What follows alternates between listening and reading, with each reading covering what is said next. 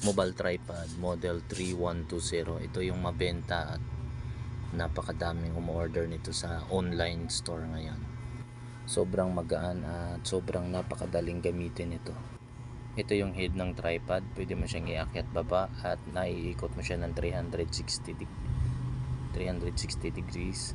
Tapos kahit saang angle mo siya, pwede mo siyang ipayuko, pataas. So pwede siya. Pwede rin siyang ma-landscape, pwede rin siyang ma-portrait. So kahit anong anggulo. Kapag kumukuha tayo ng mga items, pino-photoshoot natin siya at gumagamit tayo ng lighting, sobrang napakaganda ng result ng ating kuha.